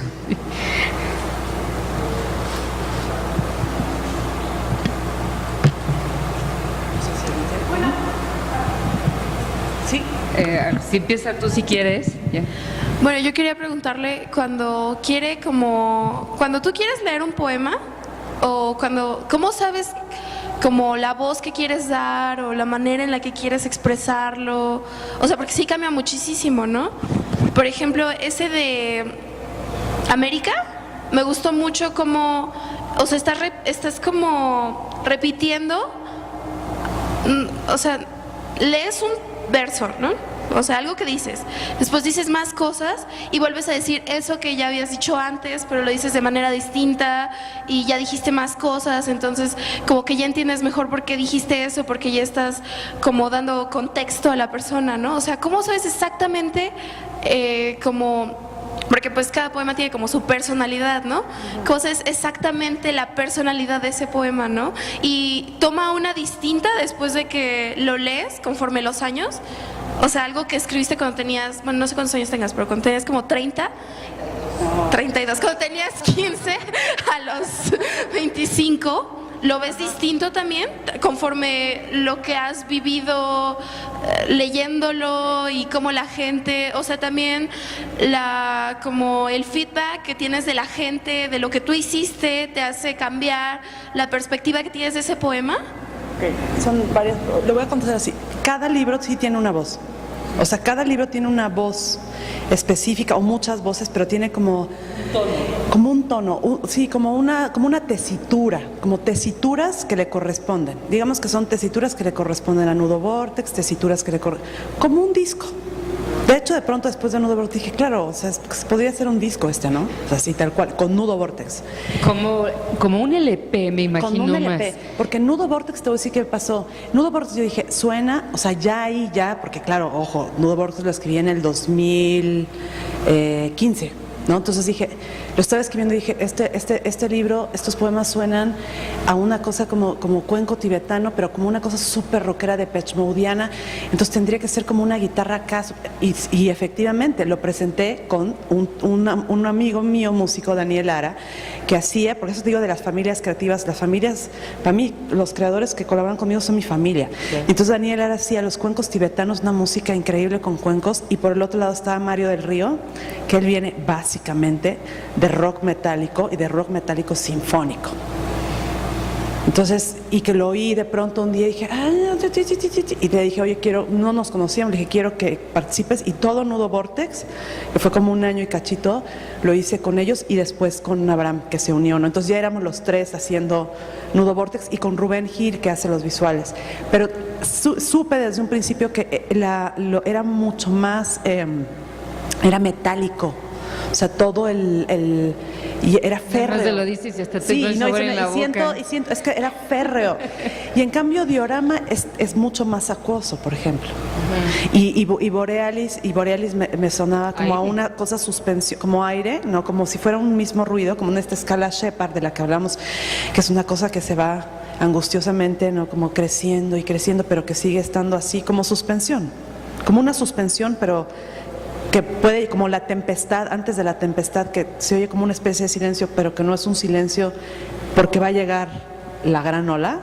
Entonces cada libro tiene eso, cada libro tiene como su coloratura, su cuerpo, y incluso su cuerpo físico, en mi cuerpo, su cuerpo físico en mi cuerpo. O sea, en Diorama me había roto el pie, entonces, ¿sabes? Andaba con muletas, en Nudo Vortex, estaba mucho más flaca, ¿no? Entonces era así como, era súper acá, y entonces todo era como así, súper sexual, ¿no? Y Borealis es una cosa como que me hace pensar, porque he vuelto a él. Eso es bien raro, porque ahorita que me preguntabas de Diorama, como cada libro tiene, no sé cómo haga la gente que hace música o los rockeros, no tengo ni idea, pero cada libro tiene su voz y su coloratura y sus músculos y su cuerpo. Pues tú estás aquí en el 2017 y Diorama es del 2012. Entonces cuando lo tuve que volver a activar en Alemania, esta puesta en cuerpo, yo decía, qué raro, o sea, tuve que mentalizarme y tomarme un mezcal antes de cada lectura, ¿no? Así, y decir, no voy a hablar yo, o sea, no voy a hablar yo, la Rocío ahorita, sino voy a dejar que el libro fluya y activar como esa voz que ya conocía, esa voz. Es la memoria, esa voz que ya conocía, y entonces ya lo hacía de una manera súper suave. O sea, de una manera no suave en el sentido que la voz no fuera súper suave, no, sino ya ni siquiera me preocupaba. Yo decía, ya estabas poseída, digamos, ya estaba colocado. No sé, supongo que es cuando yo veo a las bailarinas y digo, órale, ¿cómo le hacen esta cosa tan suave? Y está súper, y entonces la quieres hacer y ya te caes ahí, ¿me entiendes? Como que en esa práctica, ¿sabes? De haberlo leído tantas veces, de haberlo entendido, de habérmelo comido, de haberle jugado con él. O sea, tú oyes Diorama, hay una lectura que hice en Oaxaca, que me acompaña, me presentó, ¿sabes? Georgina Derbez, la compositora, que está grabada, que yo digo, ¿quién sabe de qué deschavete traía esa noche? Porque está rarísima la lectura, ¿no? Entonces como que ya había habido tantas capas y tantas formas de entrarle a los poemas y al libro, que cuando llegué a Alemania dije, bueno, lo que hay, eso. Eso es lo que hay, lo que es, lo que está en el libro. Y la verdad me fue súper bien, pero no creas que fue así porque le dije, no, entonces ahora sí voy a hacer ejercitar la voz y entonces voy a tirar. No, cosa que sí me pregunté y me cuestionó mucho con Nudo Vortex. Dije, ¿cómo lo voy a leer? Pero ya está la partitura dada en el poema. O sea, el poema ya es muy musical, el poema ya tiene, el Nudo Vortex es claramente que hay una cosa de aliteraciones, que hay una cosa donde está súper fogoso, sexoso. Nudo Vortex es muy sexoso, muy Depeche Modiano. Pero por eso digo, cada libro tiene como su onda, ¿no? Su voz.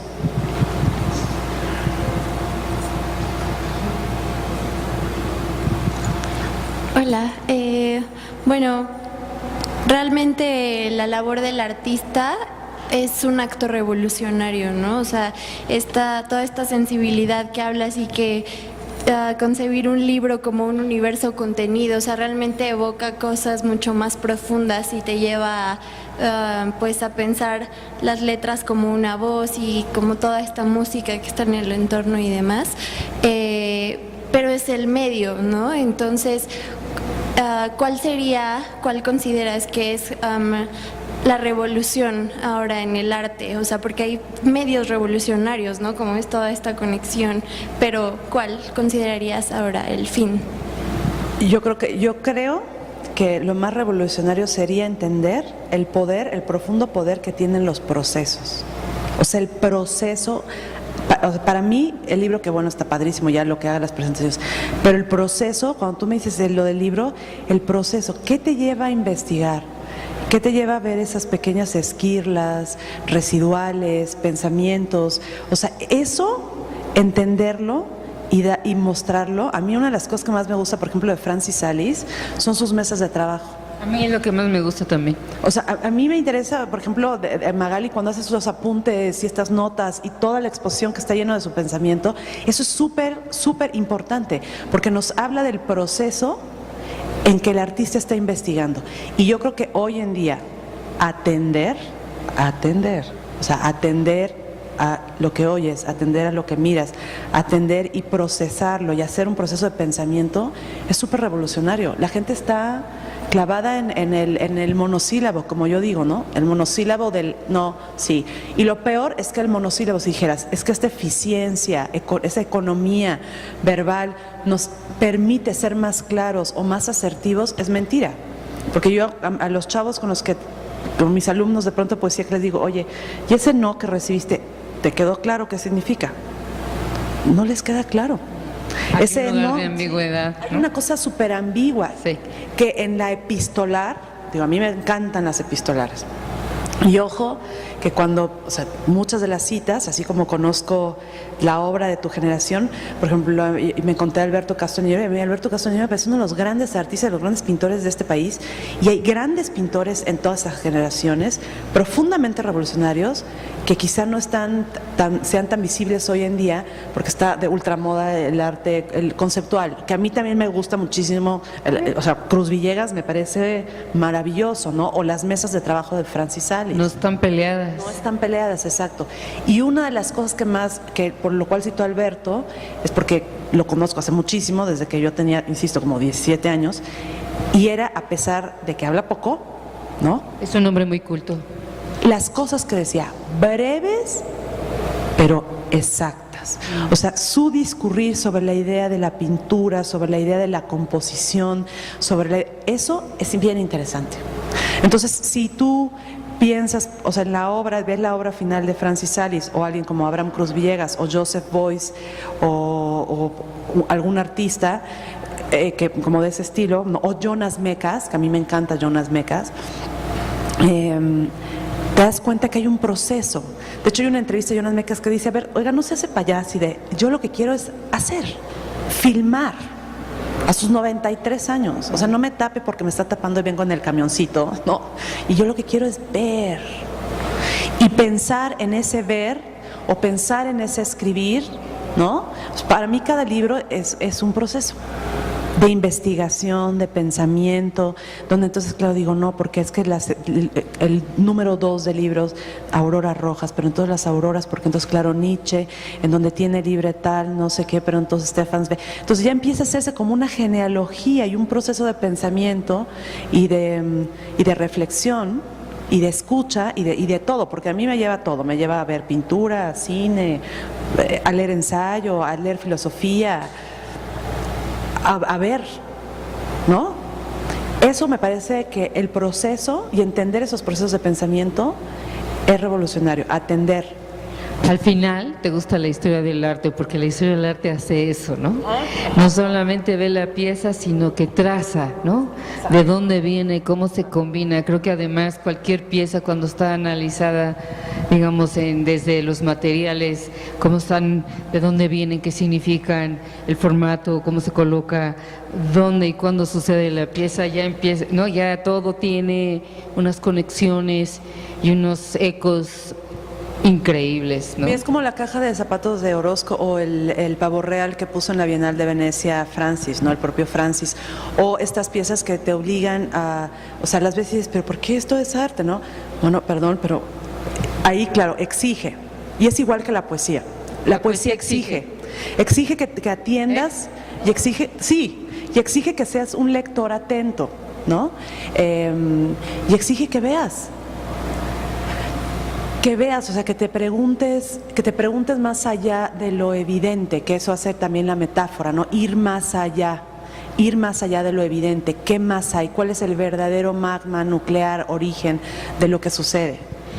Una de las cosas que tú mencionas que yo comparto en mucho, yo lo describo diferente, es que en esta medida que tú tienes estos tentáculos que vas jalando de todos lados, el resultado, digamos, no es ninguno de los dos, tiene que ser una cosa que yo creo que por eso la palabra de intermedia es tan justa, ¿no? Tiene que estar en un equilibrio muy particular para que todo agregue, pero nada opaque lo otro, ¿no? Esto es uno de los trabajos más complicados y sí tiene que ver con que la gente con la que colabore sea familia, ¿no? Tiene que haber una enorme cercanía y una gran confianza para que eso se produzca, ¿no es cierto? Eso se llama orgía. No, es verdad, ¿eh? Acabo de hacer una cosa para la Mole, estas libretas de Moleskine, hicieron una Moleskine que está siendo intervenida por artistas y escritores, y entonces me dijeron, ¿y cómo se llama la pieza? Pues esto es una orgía, una orgía entre, yo no dibujo, pero es una orgía entre líneas, goteo de tinta china y lo que se me ocurrió, y palabras, es una orgía, de un encuentro entre línea, punto, algo de dibujo, que no dibujo, y poesía, ¿no? Y es eso, o sea, es esta cosa de que permitas que el otro se pelee contigo, pero que, no sé, yo con las familias que tú y los otros, creo que aquí hay una declaración con los otros, con los otros, o sea, sí, obviamente puedes no estar de acuerdo, pero dices, yo ya he aprendido que tú, soltita, ahora sí que flojita y cooperando, ¿no? Y se da, no es fácil para nada. No es fácil, pero creo que es algo que se da cuando también el que convoca lo permite. Sí, creo que tienes que ser anfitrión también.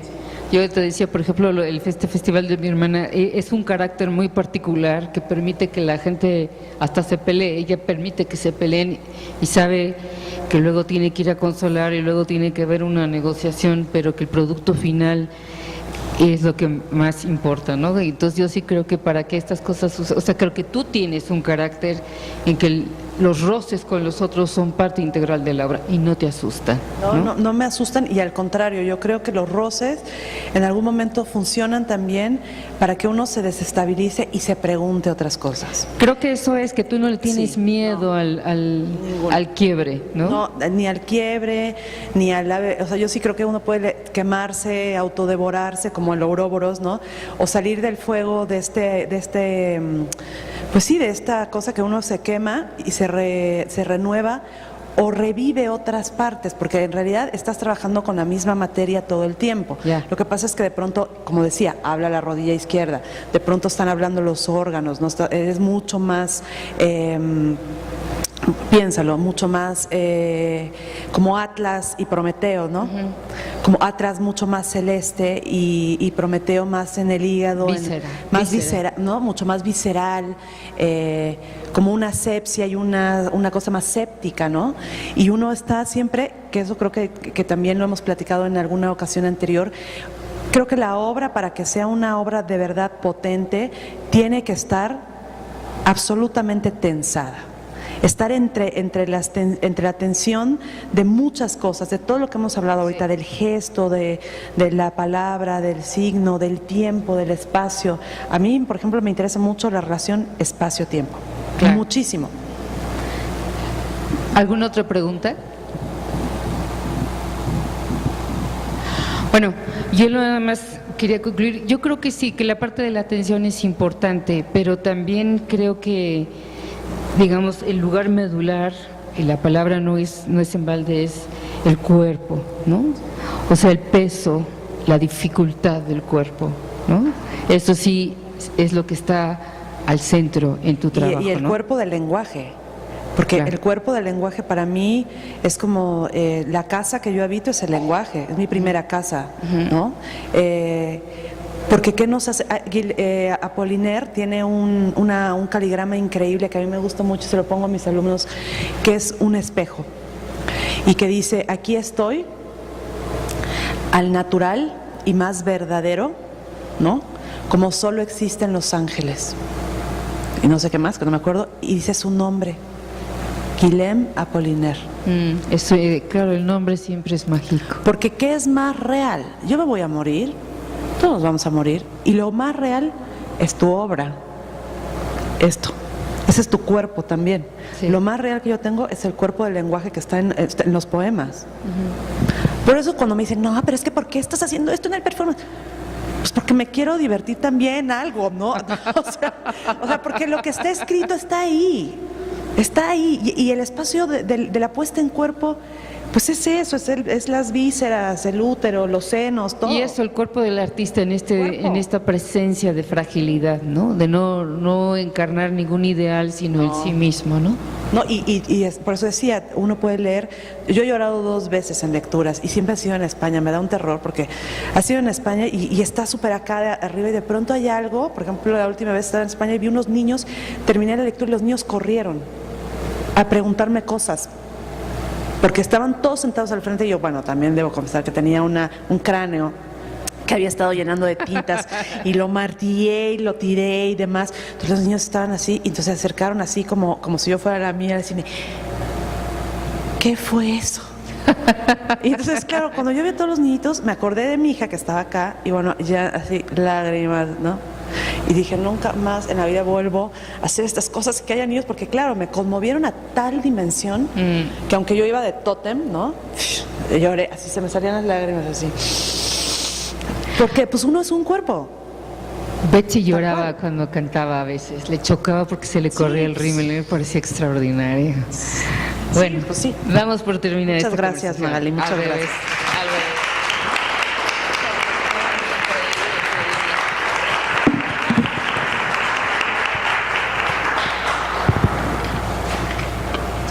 Y ahora a reventar, como dicen. Muchas gracias.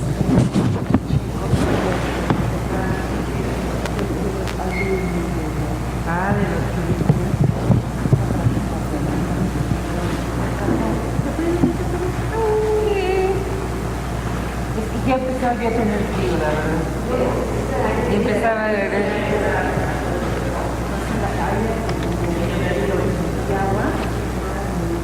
sí. No, esa está perfecta. Igual con tu personalidad así de...